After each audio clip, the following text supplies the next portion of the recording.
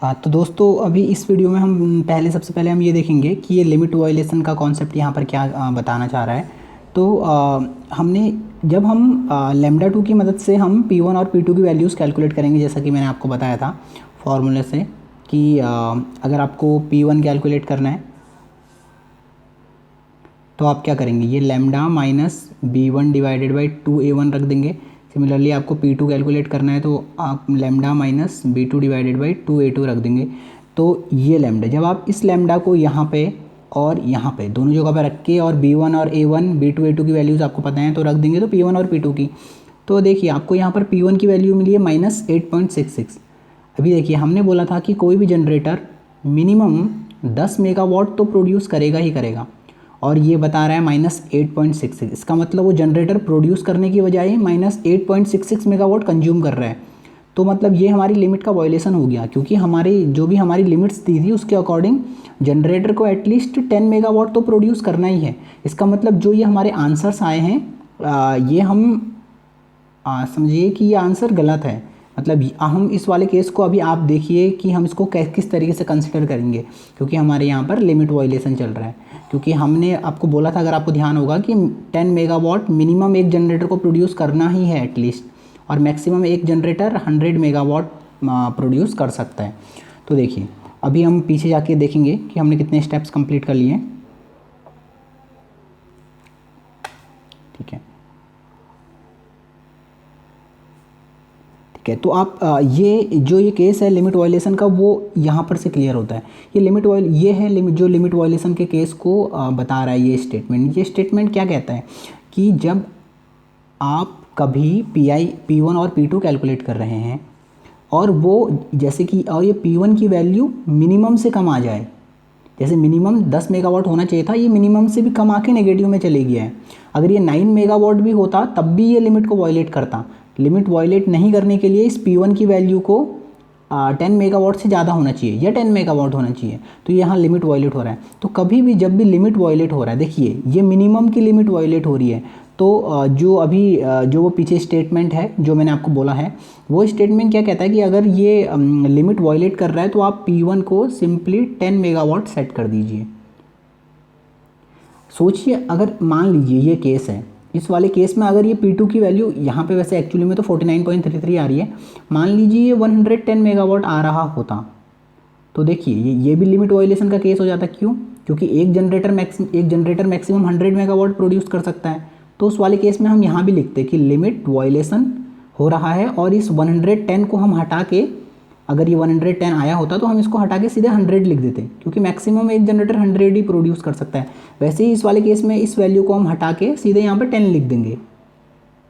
Simply कुछ करना भी नहीं है, और नहीं तुम्हें कोई रीज़न देना है इस बात के लिए, बस क्योंकि वो उसकी लिमिट है और ये लिमिट वायलेट कर रहा है। तो इसको अगर यहाँ पर अगर मैं बोल रहा हूँ, जैसा अगर ये 110 हो रहा होता तो आप इसको हटा के सीधे 100 लिख लेते।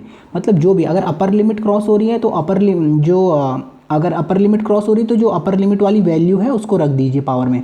अगर लोअर लिमिट क्रॉस हो रही है तो जो लोअर लिमिट की वैल्यू है आप उसको रख दीजिए पावर में। तो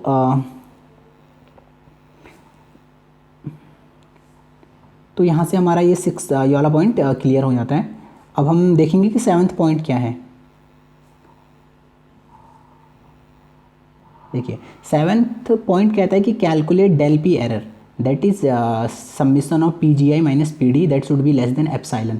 अभी देखेंगे ये एप्साइलन क्या है, समिशन ऑफ PI क्या है, और ये P ऑफ D क्या है। P ऑफ D डिमांड है।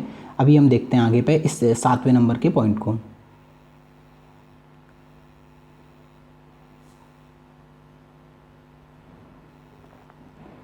ठीक है, तो दोस्तों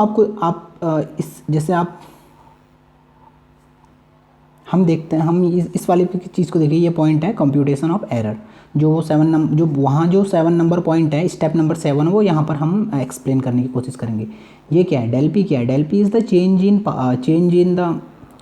इन पावर। अभी मैं बताऊँगा कैसे। देखिए समिशन ऑफ PG क्या है, आपने हर एक लैम्डा के करस्पॉन्डिंग 2 P1 P2 निकाले हैं।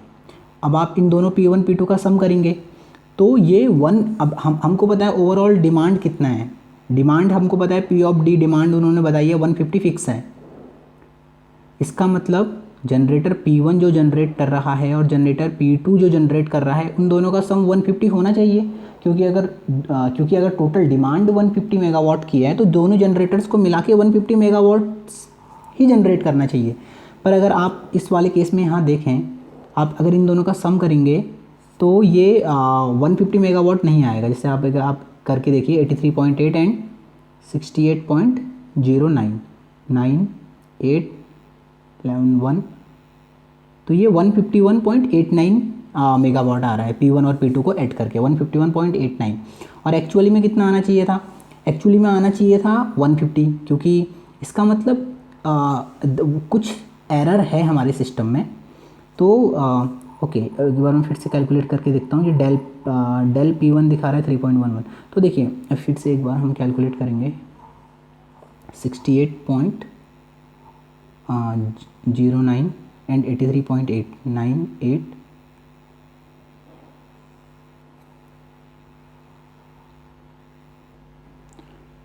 तो दोस्तों अभी मैंने ये कैलकुलेट किया, ये एक्चुअली ये 68 नहीं है, ये है 63.09। तो ये 8 को हटा के अगर हम यहाँ पर 63.09 करेंगे तो ये आ जाएगा 146.89। तो ये हो जाएगा 146.89। तो अगर अब आप तो जब आप 150 में से 146.89 को माइनस करेंगे तो आएगा -3.11। पर आप यहाँ पर देखिए कि ये मॉड का साइन है, ये मॉड के साइन की वजह से वो -3.11 हो जाएगा +3.11। तो यहाँ पर है ये 3.11 हमें मिल जाएगा। इसी तरीके से हम दूसरे केस के लिए भी करेंगे। पर दूसरे केस में मैंने आपको बताया था कि यहाँ पे ये एक्चुअली आ रहा था -8.66, जो कि लोअर लिमिट को वायलेट कर रहा था, इसलिए हम यहाँ पर P1 की वैल्यू कितना कर देंगे, 10 कर देंगे। अब ये P1 की वैल्यू 10 हो जाएगी, P2 की वैल्यू 26.4 और 10 को अगर हम ऐड करेंगे तो ये आएगा 36.4। अब आप 150 में से 36.4 में से 150 को माइनस करिए, क्योंकि PG माइनस PD है। 36.4 माइनस 150 करेंगे और मॉड करेंगे तो आपको मिलेगा 100। यस, इसको जब आप सॉल्व करेंगे तो आप मिलेगा 13.6। सिमिलरली आप λ3 के लिए λ4, λ5, λ6 के लिए करिए तो आपको एरर्स मिल जाएंगी। तो इसी की तरीके से आप del P1, del P2, del P3, del P4, del P5, del P6, तो आप ये एरर को कंप्यूट कर लेंगे। तो दोस्तों आज की वीडियो को हम यहीं ख़त्म करते हैं। अगली वीडियो में हम देखेंगे, अगली वीडियो में हम लगभग सारी चीज़ें कैलकुलेट कर चुके हैं, जो भी जेनेटिक एल्गोरिदम को। ओके, अभी हमें नॉर्मलाइजेशन एरर कैलकुलेट करनी है और फिटनेस फंक्शन कैलकुलेट करना है। तो हम अगली वीडियो में देखते हैं कि ये कैसे कैलकुलेट करना है। So thank you friends.